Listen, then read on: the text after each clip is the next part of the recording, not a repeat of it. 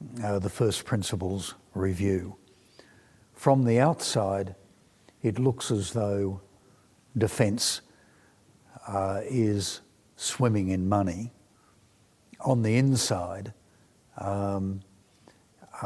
we have pretty tight control, and we seek to embed a culture of being cost conscious, but I don't think we're there yet. Lots of people have tried.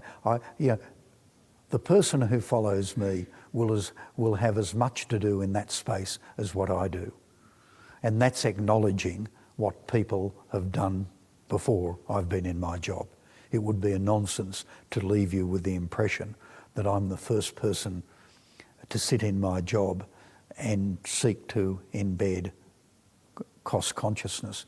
I mean, I embarked upon a little project when I got there, which saves about 80,000 a year, and which paid for itself within 2 years.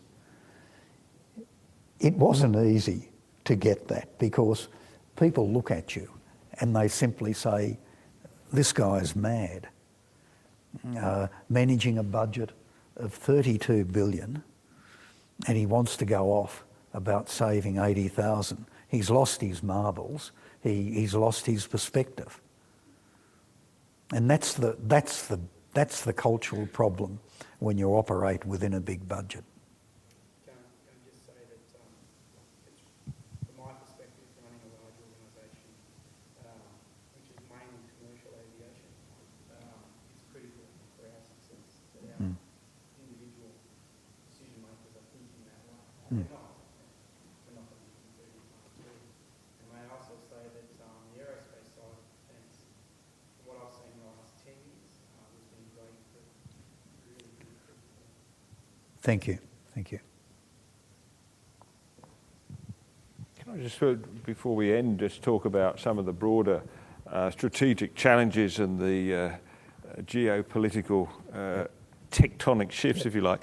You of course, were our ambassador to the United States before you took over at Foreign Affairs, so you'd be acutely aware of the importance of our strategic relationship with the United States. How do you sense at the moment that is developing, particularly in regards to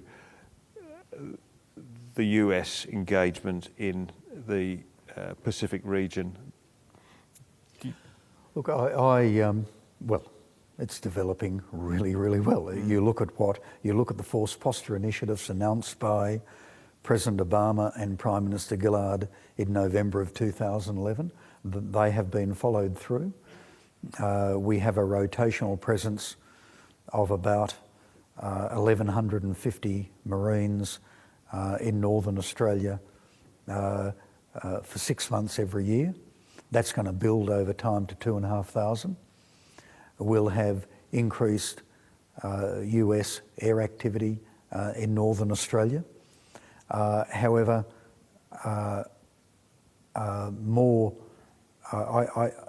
there's certain irony here.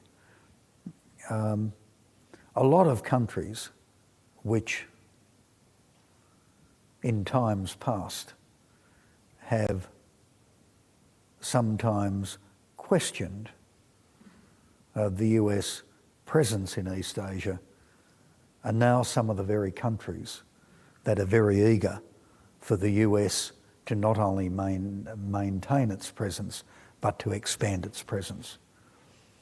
And Australia is a formal ally of the United States, therefore we speak openly about it.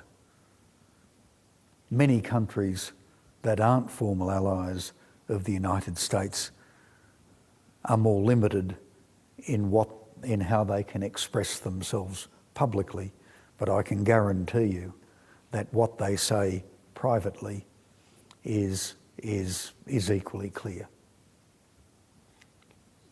Should we be sailing through the South China Sea to the Spratly Islands? Well, we do now, and we will continue to do. I mean, the other day. I think the minister said in Parliament, I think yesterday, that we would continue to exercise overflight and ship movements consistent with the principles of freedom of navigation.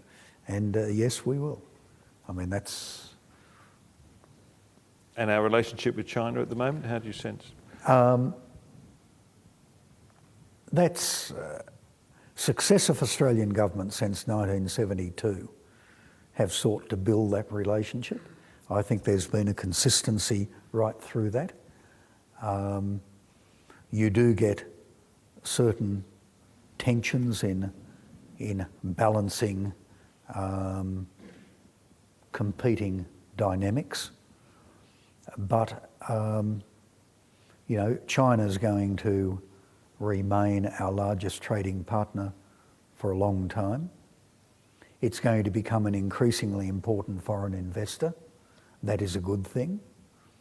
Equally, it's important in respect of China to be forthright where you might have a difference. And we do have a difference in respect of activity in the South China Seas, and we have expressed that explicitly publicly, and we will continue to do so. Thank you. Before we close, I should just acknowledge... There's one. Oh, one more question? Yeah.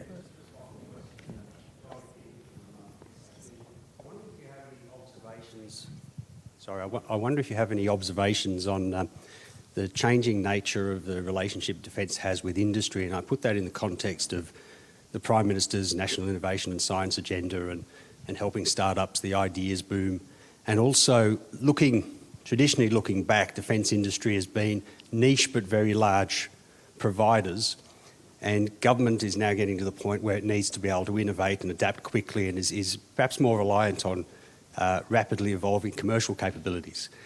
Do you have insights as to where you see the changing relationship going from defence industry per se to industry supporting defence in a broader industry? And yes, I do, but you're asking me to jump forward to tomorrow. There was one who was going to try right at the end. One more, Jim. Is that one more question, Jim?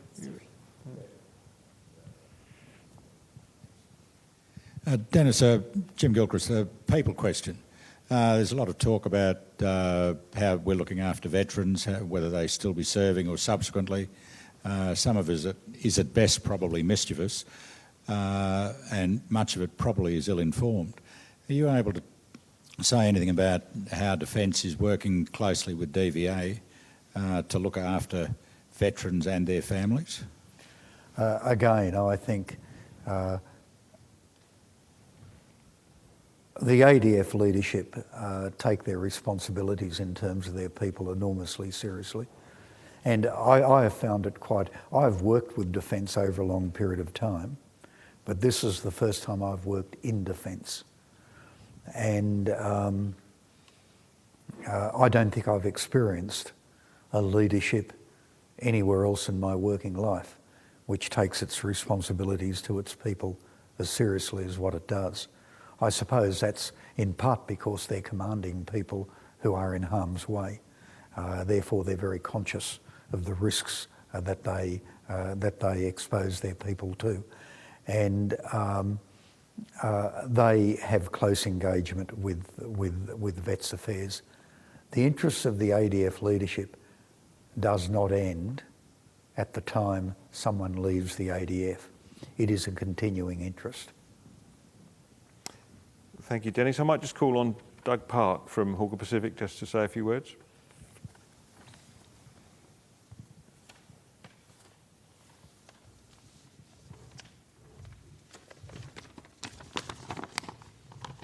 Thanks, Nick.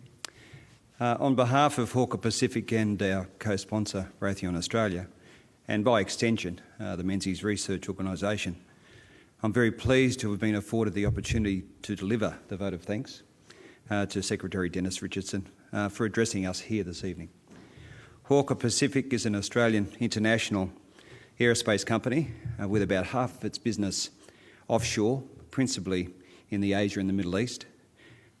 We are a little unusual in that we are active and comfortable in both the civil and the defence realms.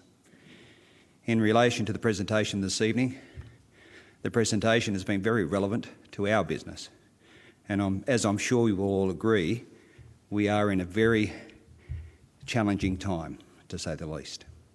In listening to Dennis' enlightening presentation, I'm sure we are all better informed on the expansive and dynamic challenge of providing the defence of this nation. Thank you.